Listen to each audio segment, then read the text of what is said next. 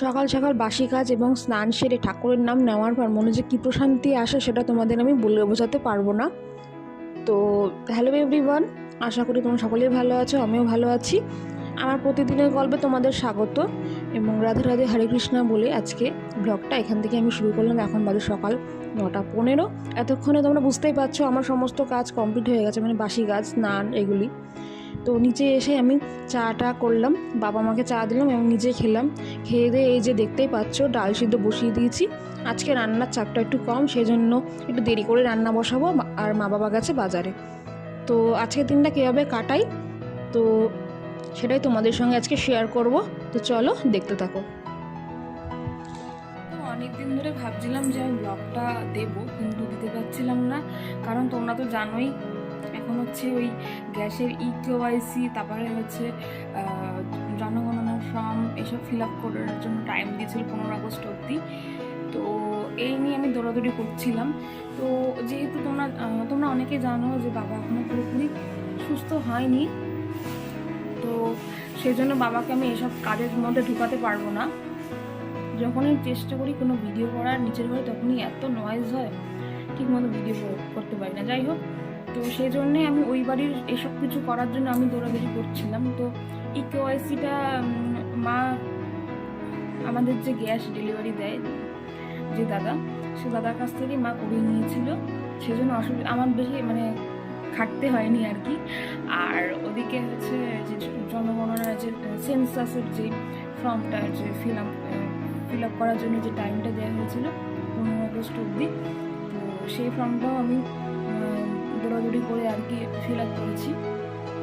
তো এই যে ব্যস্ততার মধ্যে দিয়ে কাটছিল দিনগুলো, সেই জন্য আমি ব্লগটা ঠিকমতো দিতে পারছিলাম না। ভাবছিলাম ব্লগ করবো, কিন্তু সময় আর হচ্ছিল না। এইটাই হচ্ছে তার কারণ যে আমি এত ব্যস্ত কেন ছিলাম।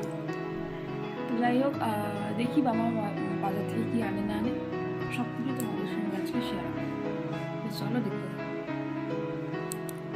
বাবা মা বাজার থেকে আসার পরেই হচ্ছে সব সবজিগুলো আমি বের করে রেখে দিয়েছি। আর এখানে অনেক রকমের সবজি আছে। বাবা বেশি বেশি করে সবজি বাজার করে রেখে দেয় আর কি। কারণ হচ্ছে আমাদের পাড়ায় যে সবজিওয়ালা আসে, সবজিওয়ালাটা খুব লেট করে আসে, আর আমাদের রান্নাটা হয় সকালবেলায়। বাবা সবজি বাজার করে আনতে না আনতেই দেখো চিকেন নিয়ে হাজির হয়ে গেছিলো। তো দেখো চিকেনগুলো আমি ভালো করে সুন্দর করে ধুয়ে এখানে রেখে দিয়েছি। একটু পরে হয়তো মা এগুলোর মধ্যে মশলা টশলা মাখিয়ে দেবে, তো সেই জন্যেই আমি আর কি ভালো করে তোমাদের দেখিয়ে দিলাম। আর দেখো বাটির মধ্যে ওই দেখো চিকেনের যে সলিড পিসগুলো, ওগুলো জিমির জন্য আনা হয়েছে। তো এখানে দেখো রাইসের চালটা ভিজিয়ে রাখা হয়েছে, আর এদিকে রসুনটা আমি ছুলে রেখে দিয়েছি। আর এখানে দেখো মা মশলা সব রেডি করে রেখেছে, আমি মিক্সিতে এক্ষুনি মশলাটা করব। আর এদিকে দেখো এই যে আলু ভাজা হচ্ছে চিকেনের জন্যে। আর এদিকে দেখো চিকেনগুলোর মধ্যে মা টক দই, নুন, হলুদ সব মিশিয়ে মাখিয়ে রেখে দিয়েছে। আর এদিকে দেখো রাইসের জন্য সব উপকরণগুলো ভেজে ভেজে রাখা হয়েছে।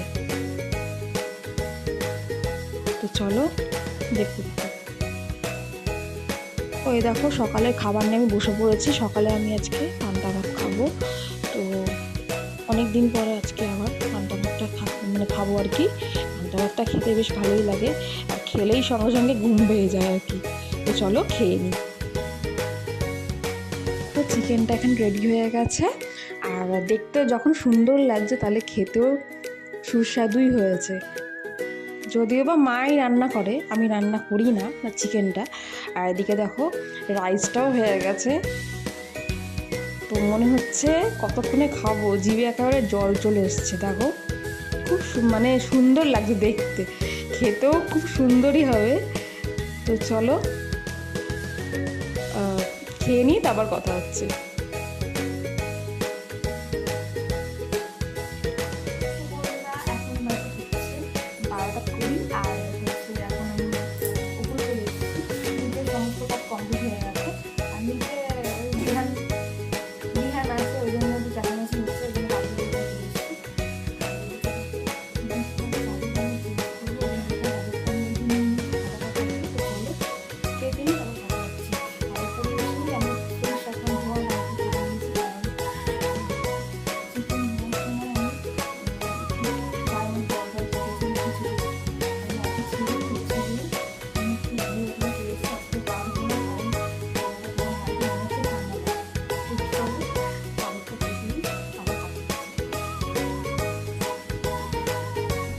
তো এখন হচ্ছে 1টা, আর আমি এখন বিহানকে ওই আপেল খাইয়ে উঠলাম, আর সেটা আমি ভিডিও করতে পারলাম না।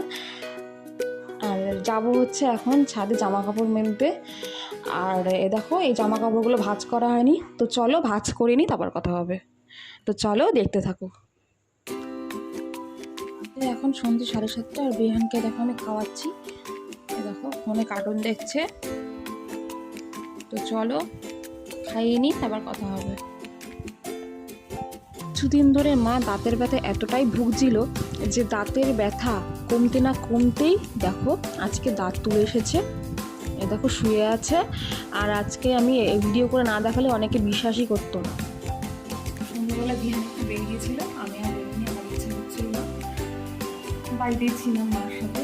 তোমাদের তো দেখালাম যে মার হচ্ছে দাঁত তুলে, মানে মা দাঁত তুলে এসেছে, তুলে এই জায়গাটা পুরো ব্যথা। ঠিক আছে, বেশি কথা বলে বারণ করেছে। আর দেখো এখন রাত্রি 9:52 বাজে। এই দেখো আমি মনার মানে এখানে ওটস বানাচ্ছি। ওটস বানাচ্ছি কারণ আজকে আমাদের চিকেন হয়েছে, রাত্রিবেলা ওকে আর চিকেন খাওয়াবো না, চিকেন আর রুটি খাবো রাত্রে আমাদের ডিনার। আর ওর জন্য ওকে ওটস বানিয়ে খাওয়াচ্ছি। আর দেখুন কথা বলছি, ওদিকে বাবার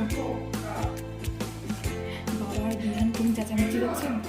বাবা বাড়ি থাকলে এরকম চেঁচামেচি হয়, ওই জন্য হচ্ছে গিয়ে আমি ঠিক করে নিচে ভিডিও করতে পারি।